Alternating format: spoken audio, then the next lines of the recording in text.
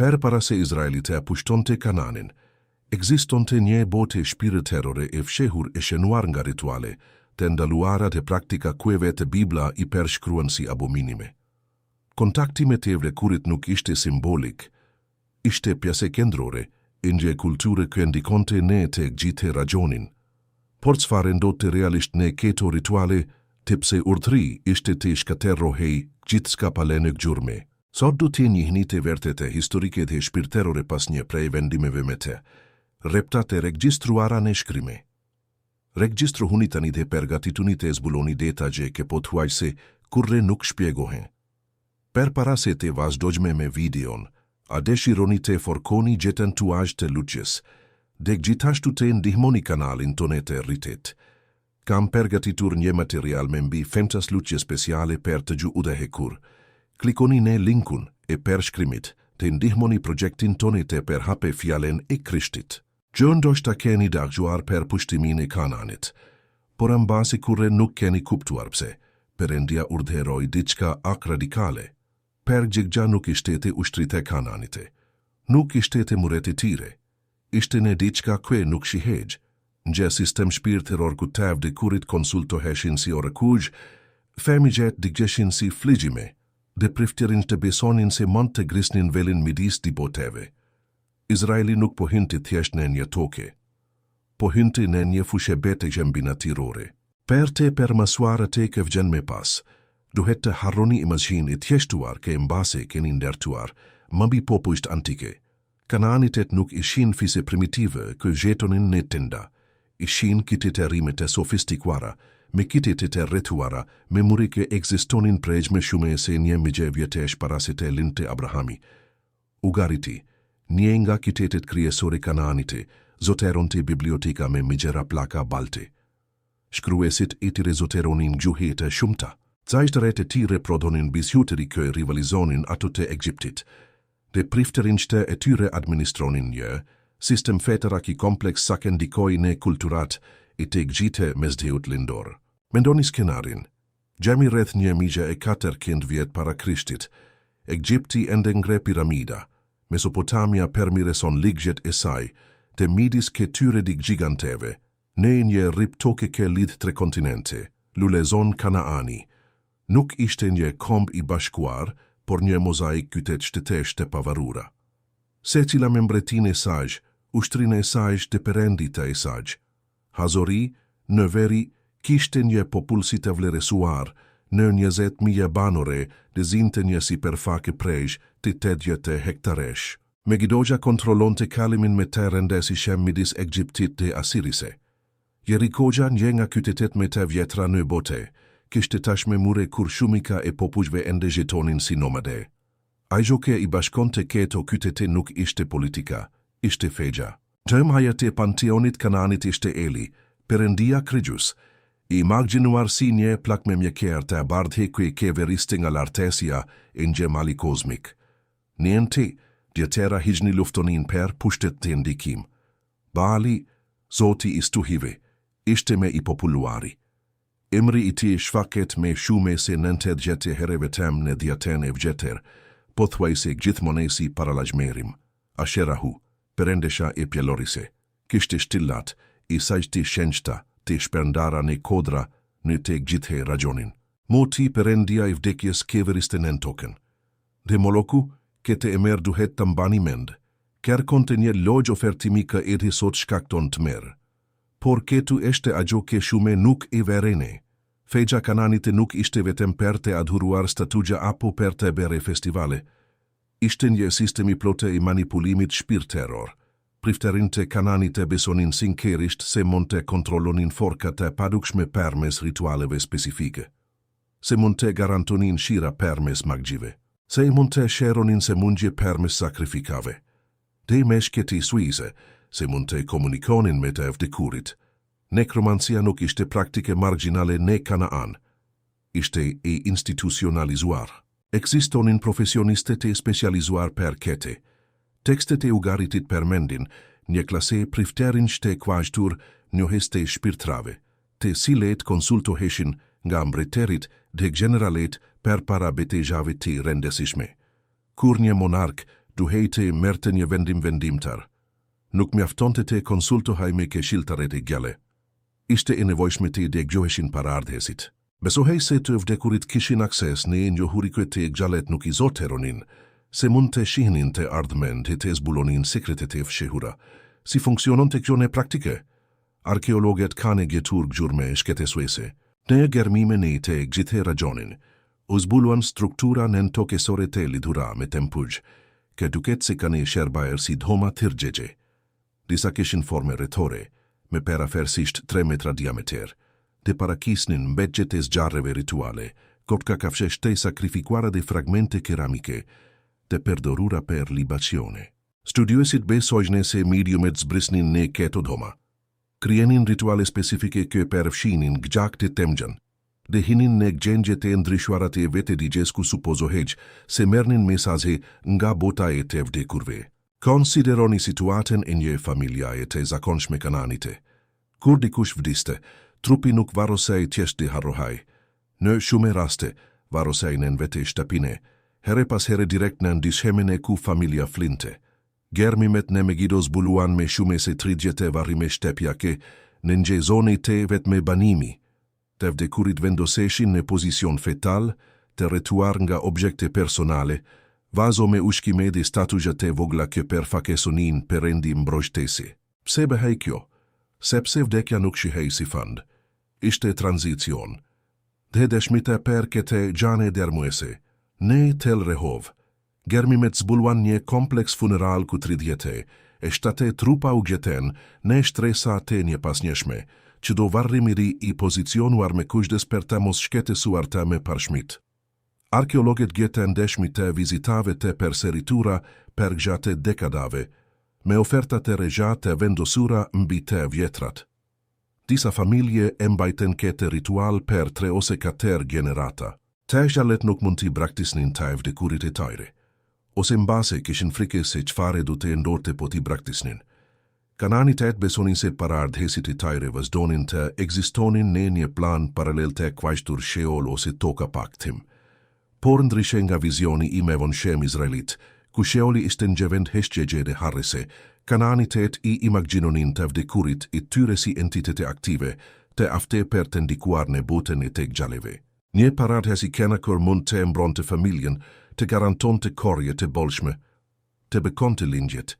Një paraardhës i lene pas dore ose i ritual mund të silte semundje, sterilitet, fatkekesi. Kjo krijonte një ekonomi shpirtërore të basuar në frike dhe varesi. Regulisht, familjet duhej të ushkenin të vdekurit e tyre. Kire fili, arkeologet gjeten tuba keramike të instaluar vertikalisht në vare, duke krigjuar një kalimidis si perfakes dhe kufomes. Permes këtyre tubave, të gjallet derdhnin vere, vaj uliri, kumesht të gjak kafshesh, duke besuar se të vdekurit konsumonin esensen e këtyre ofertave. Në disa varre, u gjeten dëshmi të vakteve rituale të kriera direkt mbi varret, ku familjaret hanin bashke me paraardhësit e tyre të vdekur. Por gjo të gjite të vdekurit trajtoheshin njësoj. Mbretërit dhe priftërinjtë merrnin trajtime speciale, që kufizoheshin me hijnizimin. Tekstet e ugaritit përshkruajnë rituale ku shpirti i një mbreti të vdekur ngrihej zyrtarisht në statusin e refaim, një kategori të vdekurisht të fukishem që beheshin pothuajse perendi. Këta refaime thirreshin kolektivisht në ceremonisht të terore, sikur të formonin një keshil paraardhësish hijnore që legjitimon të pushtetin e dinastise mbretëruese. Fëmbreti i gjallë nuk keveriste vetem, keveriste i mbështetur nga generata mbretërisht të vdekur. Vereni se qfare do të thoshte kjo per strukture në pushtetit, të vjene pjeqe mbretin ishte të vjene pjeqe paraardhësit, të sfidoje urdrin e vendosur ishte të ofendoje të vdekurit. Sistemi krigjonte një rjet kontroli, që shkonte per të i gjetis, ku ed vdekja sherbente per të mbajshtur hierarkite. Të pastaj ishte Moloku. Emri ndoshta rgjet nga Melek, fjala semite per mbret, e deformuar kelimisht nga shkruisit hebrenj këzivin dhe suan zanuret me ato të boshet, që do të thote turp, që do shkiptim i emrit mbante denimin e integruar, mbreti i turpit. Kjo nuk ishte vetem kritike teologike. ishte të meri dokumentuar. Neze nekromancia perfakesonte perpjekjen per tenksjerre, pushtet nga tevdekurit. Kulti I molokut perfakesonte diçkajt hemete erret. Oferta në gjithës në kembim të favorit hyqnor. Historianet debatojnë saktesisht se si funksiononin këto rituale, por dëshmitejja në shketesuese. Në Kartagjene, koloni fenikase kjo trashegoi praktikat kanaanite. Arkeologet germuan gjeshen terrorit e kuajtur tofet kuk gjeten me shume se njezet migje, urna ki përmbanin mbedjet e kremuara femigjesh. Moshat varionin nga te porsalin durit deri te femigjet rreth 4 vgjec. Bibla nuk egzagjeron kur përmend luginen e Hinomit. Kjo lugine e ndodhur në rrethinat e Gjeruzalemit, u be ake lidhur me praktikat e urjera sake emri, isajne hebraisht, Gina, kalojte në nënkuptonte vete ferin në literaturën e me vonshme judaike. Jeremia kapitulli 7 përshkruan se qfare ndotte atje. Ndërtuan lartesit e tofetit, këj eshten e luginen e birit të Hinomit, per të gjegur në zgjarbite e tyre dhe bijat e tyre, gjeke une nuk e urderova kurre dhe as nuk me kaloj në mendje. Profeti nuk po përdor të gjuhe simbolike, po dokumenton të tmer literal. Si arin je shokeri në kete pike, si dorezoj në prinderit femigjet per të gjegur. Per gjigja këndron ne logjikën e brendshme të sistemit kananit, nëse perendite kontrollonin absolutisht gjithçka, shirat, korjet, pjelorine, fitoren ushtarake, atëhere asgjë nuk ishte me e vlefshme se sa te garantohej favori I tyre. Te nëse ofertat me te vogla funksiononin per kërkesa me te vogla, ofertat me te meta do te ishin te nevojshme per kriza me te meta, sekat e zgjatura, oferte me I madhe, kërcenimi I pushtimit, oferte me I madhe, epidemia shkate rruese. Logjika qonte pashmangshmerisht te e paj magjinueshmgja, asgjë nuk ishte me e çmuar se në gjabir. Prandaj, asgjë nuk do te garantonte per gjigje hijnore me te mire. Prefterin shte kjo administronin keto rituale, nuk ishin monstra na perceptimin e tajre. Ishin specialiste fetare kjo e besonin se po shpetonin komunitetin e tajre, permes sakrifikave te nevojshme. Familjet kjo e dorezonin femigjet e tajre, nuk ishin domosdoshmerisht mizore. Ishin të burgosura në një sistem besimeshke transformon të vrasgjen në devotshmeri, ke tu filoni ta kuptoni pse Perëndia foli në forme akteash per Kanaanin. Kur ligji I perterire liston praktikat e ndaluara, teksti nuk po tregon reptesi arbitrare, po përshkruan një sistem real kë Izraeli do të ndeshte dhe kë përfaqësonte rrezik ekzistencial shpirtëror dhe moral. Nuk do të gjendet me stegje dikush ke kalon birin ose bijen e tijnë për zigjar. As parashikues fati, as shortar, as magjistar, as magjepsis, as a ke konsulton nje shpirt parashikues, as magjik, as a ke konsulton të vdekurit. Sepse kush do ke bën gjëra të tilla është abomimin për Zotin, lista nuk është I rastësishme. Qëro artikull korespondon me një praktike të dokumentuar arkeologjikisht në Kanaan. Por kishte një element qeter kë, I bente situaten edhe me komplekse, ritualet e pjelorise, bali adhurohej si Perëndia kë dergon të shira, dhe bashke shorqa, e tij ashera hu përfaqësonte, forsen gjeneruese të tokes. Logjika magjike Kanaanit e propozon të ky aktet seksuale rituale mund të stimulonin pjelorine kozmike. Nëse njerëzit praktikonin seks në tempuj, perëndite du të frimezoheshin të benin të ngjajten gje, dhe nanga ki bashkim kjelor du të vinin shirat kë fekondonin token. Kjo I dha origjine prostitucionit të shenjte, të praktikuar si nga grate ashtu, edhe nga burrat në tempujt e Kananit. Nuk ishte prostitucion në sensin tregtar modern, ndonese përfshin të pagjese. Ishte ritual. Adhuruesit besonin se duke u bashkuar seksualisht me një prift ose priftjereshe të tempullit, po merrnin pjesë në një akt kozmik që do të përfitonte të gjithë komunitetin. Tempujt e Asherahut, me shtilat e tyre të shenjta, u bene kendra të këtyre praktikave. Per masogjeni këte, njefe ke normalizonte sakrifikën e femigjeve, nekromansinë dhe ritualizimin e seksit nuk, ishte vetem teologjikisht ndryshme nga gjoke Izraeli propozonte. Ishte një sistem I plote, gjete kjo formesonte qëro aspekt të ekzistences kanaanite, dhe eshte ne kete bote kë Izraelim berrin. Tausit vjetnesh krete tire kishin transformuar një grup sklavesh në një kombe me ligje, prifteri dhe identitet të perkaktuar, por asgjë nuk i kishte përgatitur per shokun kulturor kwe do të ndeshnin. Kanaani ishte i pasur, i vendosur, i sofistikuar. Qytetet e ti kishin mure mbreselenise, ato ta Gjerikose matnin perafersisht 6 metra trashesi. Fushat e tij ishin pjellore të ugjitura nga sisteme kanalesh kwe datonin prej shekuish. Tregtaret e tij kontrollonin rrugat kë lidhnin perandorita, duke grumbulluar pasurit e dukshme në sto shtepi dhe tempull. Në krahasim, Izraeli ishte një popull pa toke, pa kytete, pa pervoje bojkesore. Ngjihnin blektorine, jo kultivimin e vreshtave. Dine të angrinin tenda, jo të ndertonin shtepi.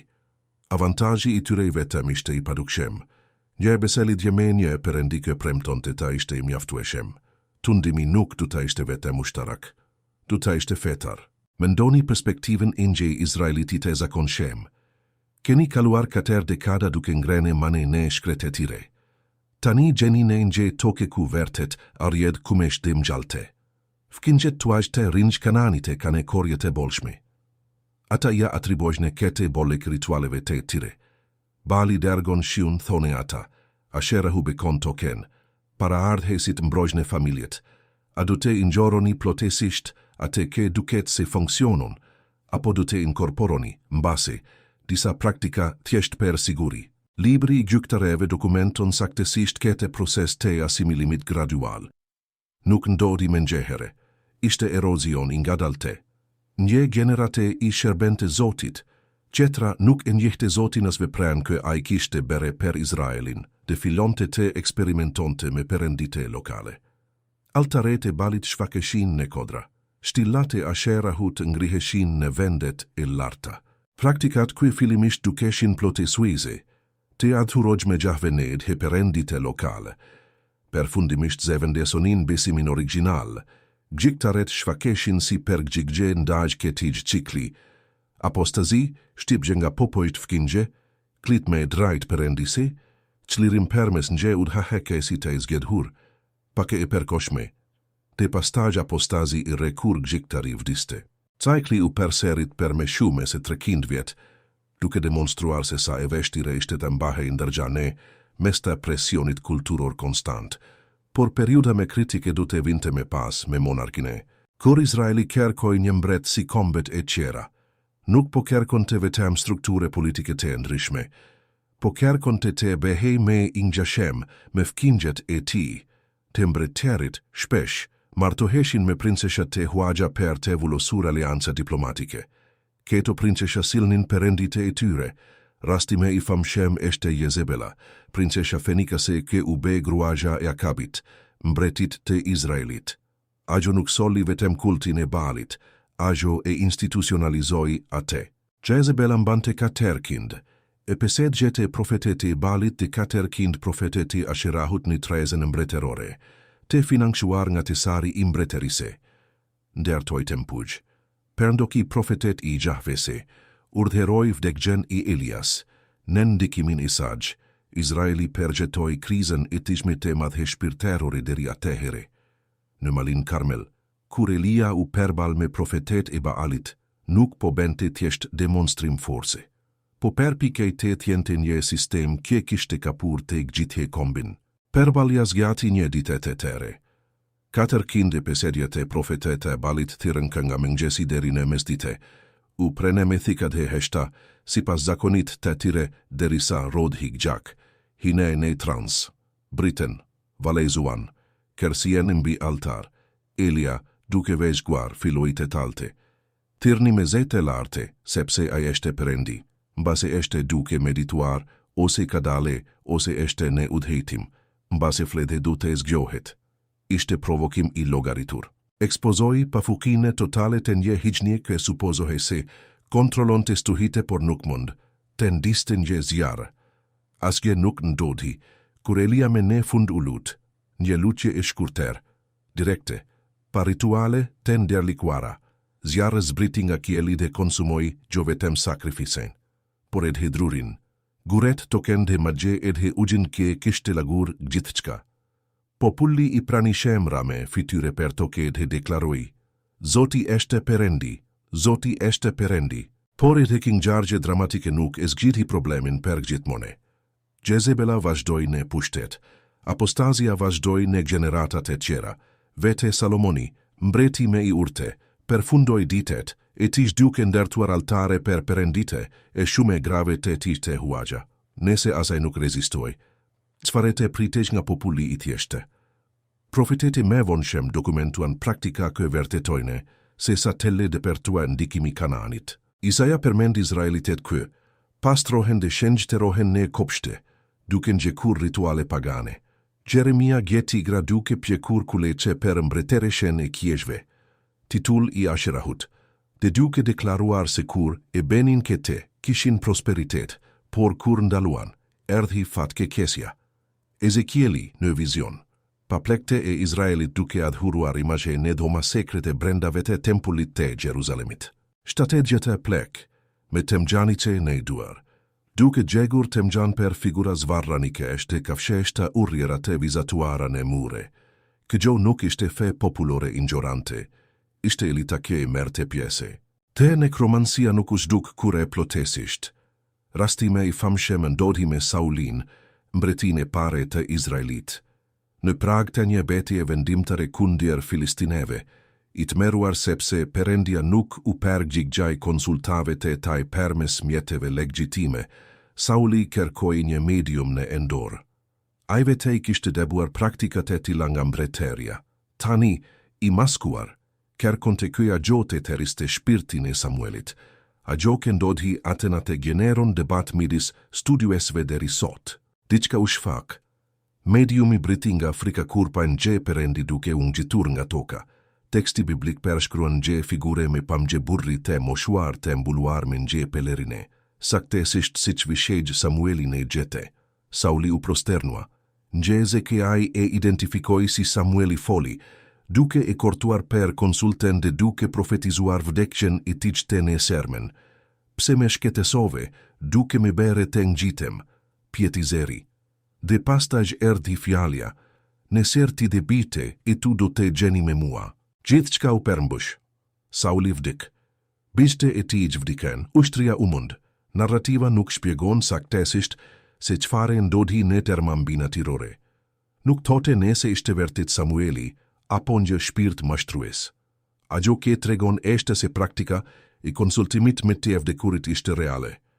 Kërkohegjit hinga mbretërit, dhe qonte në shkaterim, generata me voni. Kur mbretëria e veriutra para Asirise në shtate kindë njëzet edi para Krishtit, teksti biblik përmbled arshjen. Bishte e Izraelit me katuan kunder Zotit, perendise se tyre, dhe ndoken zakonet e kombeve ke Zoti kishte debuar para tyri.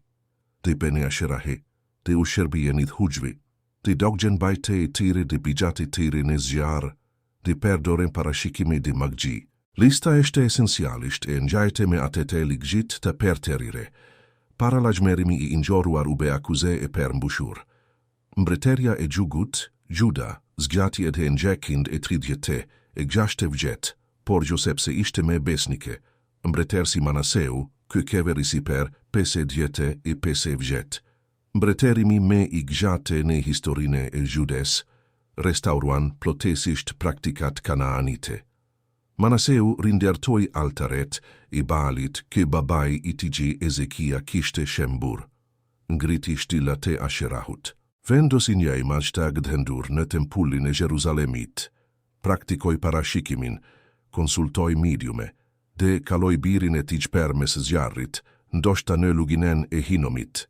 Kur Juda me në fundëra para Babilonise në pesekind e 80 e 60 para Krishtit.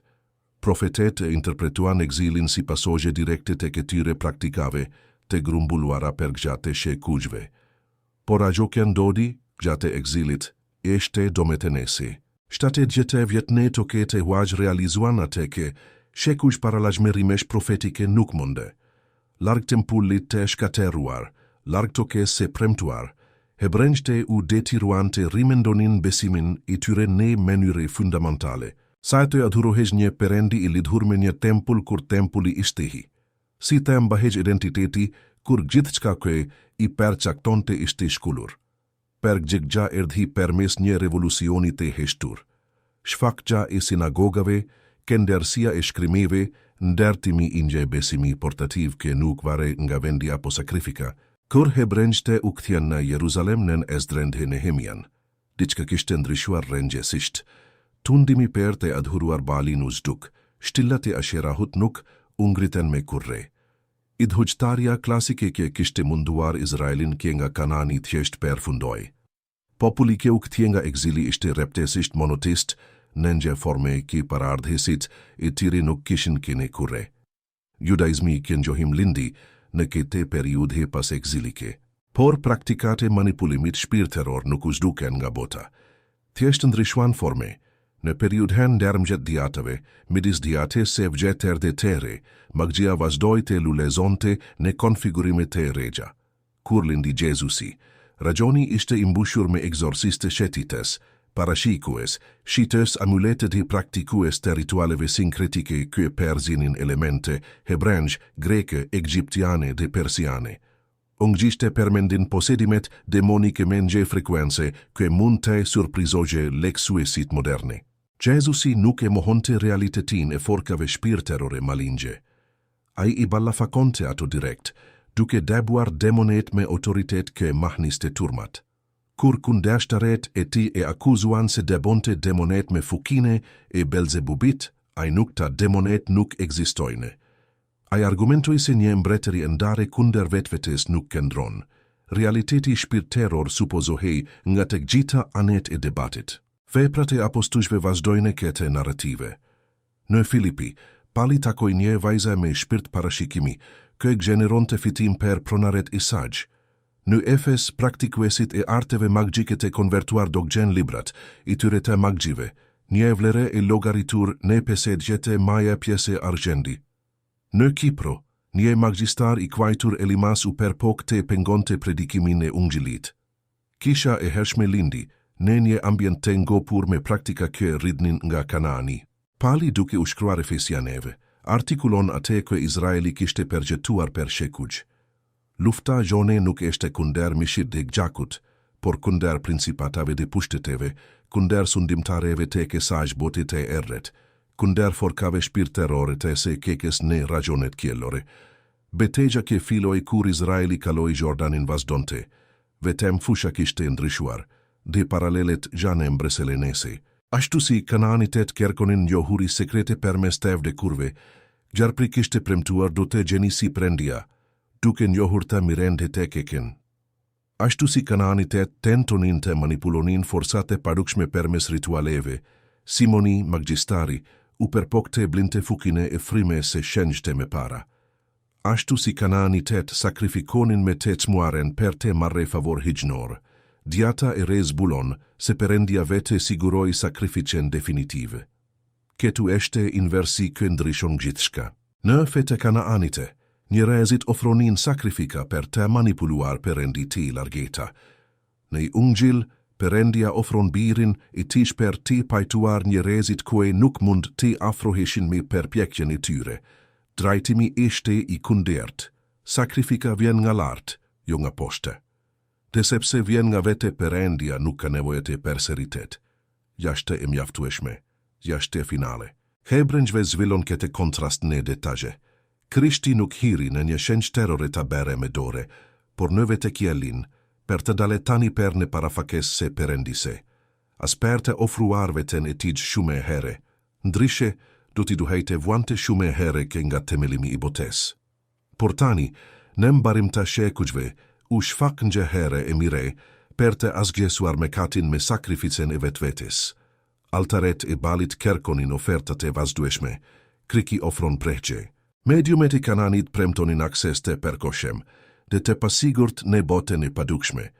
Jezusi deklaron, unë jam uda, e vërtetat e gjeta, askush nuk vjen të ati përveç se përmes meje.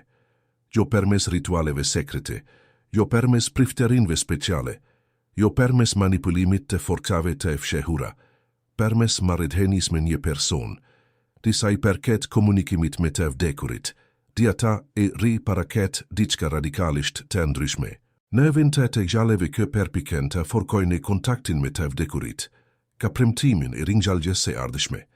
Ata që vdikan në Krishtin nuk janë të disponueshëm për konsulte sepse nuk janë në gjendje të ekzistencës së pakesuar në Sheol.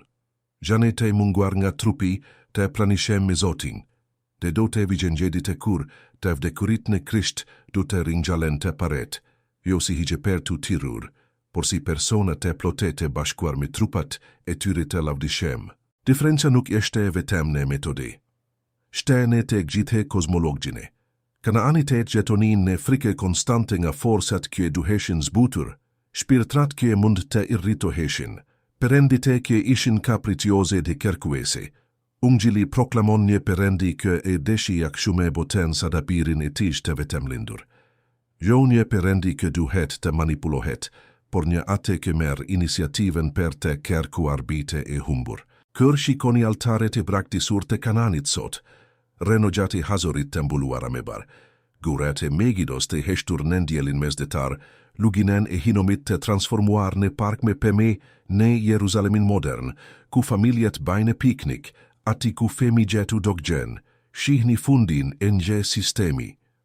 Perendit e kë kërkonin gjak famigjesh nuk i shpetuan adhuruesit e tyre nga pushtimi asirian. Para ardhesit e hyjnizuar nuk i mbrojten kytitet nga pushtimet babilonase. Ritualet e pjelorise nuk i penguan sekat kë historia regjistron. Por populli kë refuzoj këto praktika ende eksiston. Kunder që do probabiliteti historik pas ardhesit e Izraelit mbigjetuan eksilin Babilonas, dominimin Persian, helenizimin e detiruar, shkaterrimin Romak, dimi gjevgjet shperendargje për ngjegjet mesgjetare, holokaustin, kombet kë pushtuan Izraelin u zhduken. Perandorite kë i shtipen u bene renogja. Por në sinagogat e do kontinenti, andeleksohen të njajtat shkrime kë ndalonin konsultimin me të, vdekurit të sakrifikimin e famigjeve. Të membres heleneze, besimi kë lindi, ne Izrael u perhap në të gjithë boten. Ungjilli kë pali predikonte në sinagoga dhe sheshe sot proklamohet në qdo kom të tokes. Di miliarde njerëz identifikohen si ngjekës të Jezusit. Nuk ka ekuivalent bashkëkohor të kultit të Balit. Askush nuk ngre shtilla për Ashirahun. Emrat e Molokut dhe motit mbigjetojnë vetëm në libra akademike. Betigja shpirterore që filloj në kodrat e Kananit prodhojnë fitues të karte. Por do të ishte naivete mendohej se lufta përfundoi. Format ndryshojnë. Parimet mbeten. Tundimi për të kërkuar rrugë të shkurtra shpirterore, për të manipuluar të padukshme për përfitim personal, për të sakrifikuar të çmuaren në këmbim të prosperitetit, që vazhdon me veshje të regja. Ka nga ata që kërkojnë mediume për të kontaktuar të vdekurit, duke shpenzuar pasurin e sean ka që premtojnë mesazhe nga për tej. Ka nga ata që sakrifikojnë marrëdhëniet, shëndetin, integritetin në altarin e suksesit financiar, duke përsëritur pa e veneri logjikën e Molokut. Ka nga ata që praktikojnë feke premtojnë kontrole mbi fatin përmes ritualeve të sakta, ofertave të duhura, fjaleve magjike të shkiptuara në sekuencen eksakte. Industria e okultit levis miliarda globalisht. Aplikacionet e astrologjisë kanë miliona përdorues. Mediumet shfaken në programe televizive.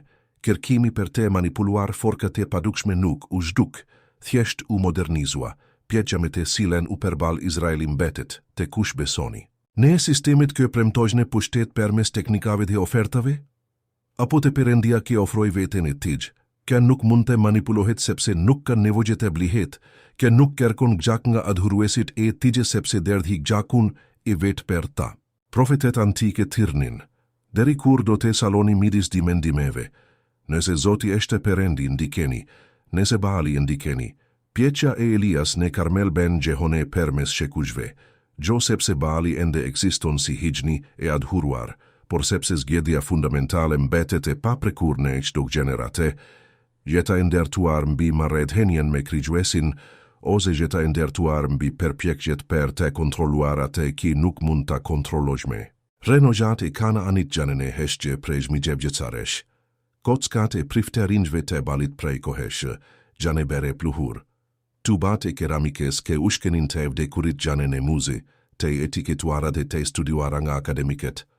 Por zeri kë tirri Izraelin gjashte Egjiptit, kë i udahokin e per shkretetire me shtille zjarri, kë premtoi toket e pasardhes, kë paralajmerui per reziket shpirterore per para, kize ende flet, per ke do ke ka veshe per të degjuar, dhe guksim per të zgedhur. Per të në ndihmuar të vazhdojme të prodhojme këtu dokumentare dhe histori biblike, konsidroni të blini i bukun tone me mbi 50 lutje.